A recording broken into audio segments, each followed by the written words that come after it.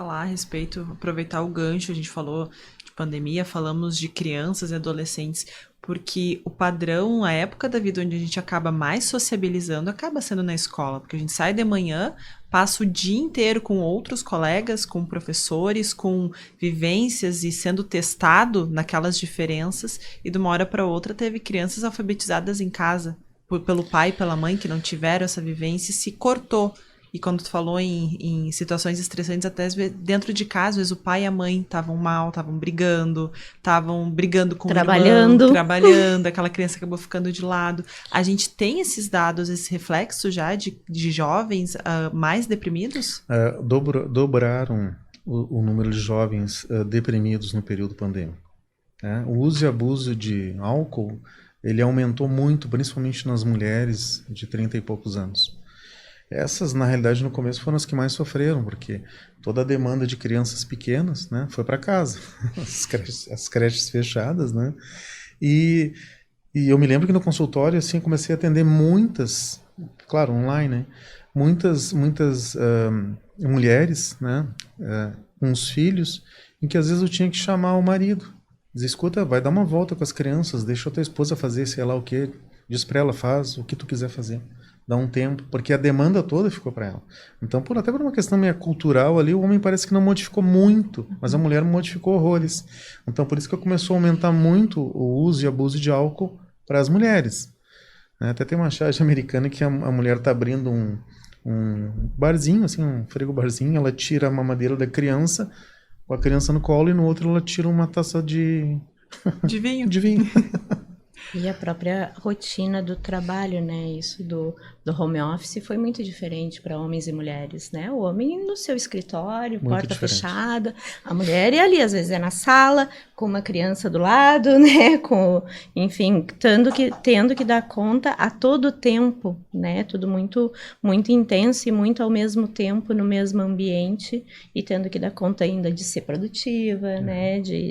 Do aumento do volume de trabalho que também aconteceu, com as crianças em casa, e as crianças também sem ter, né, ou ter algumas que participaram das aulas online, e aí com a necessidade ainda de supervisão da família, que geralmente é a mãe ou é a figura feminina da família que se ocupa disso ainda, infelizmente, e tendo que dar conta de várias outras coisas, né? Então, muitas crianças e os adolescentes também com uso excessivo de telas, a gente já tinha estudos dos efeitos, né, danosos do uso excessivo de telas, agora mais ainda, a falta do convívio, da sociabilização, o próprio desenvolvimento da linguagem, né, com atrasos significativos, os adolescentes não podendo, não conseguindo se relacionar, o aumento das ideações suicidas, dos comportamentos autolesivos, das tentativas de suicídio, inclusive.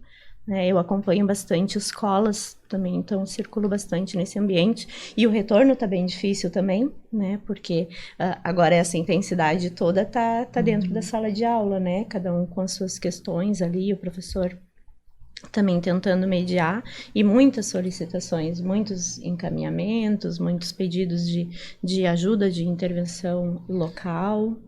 E muito junto, né? Porque às vezes a depressão ela até decorre disso, a gente chama de estresse pós-traumático, né?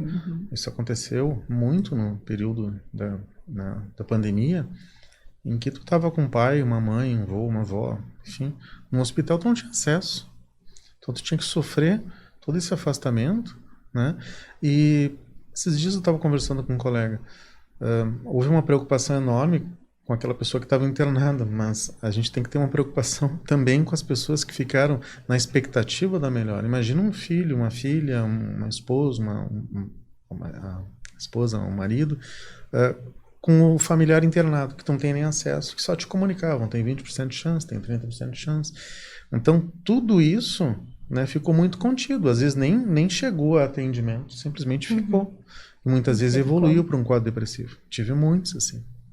né? Então, tem pessoas que estão podendo recorrer a um atendimento hoje, sim, né? No início desse ano, final do ano passado, com muitas perdas, né? A gente teve muitas mortes e isso é um fator de preocupação, assim, essa morte que não pôde ser, uma despedida que não pôde ter sido feita, né? Um processo de luto que ainda não aconteceu, que ainda está por acontecer.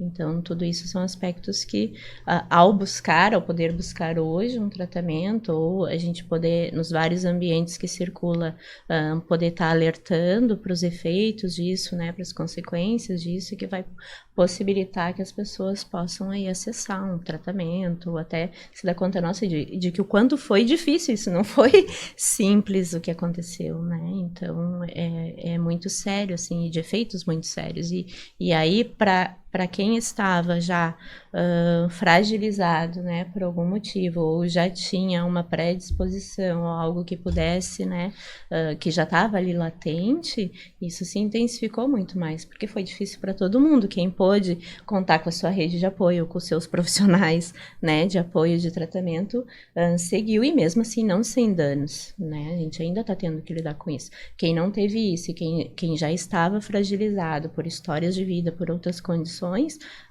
teve um efeito muito mais intenso.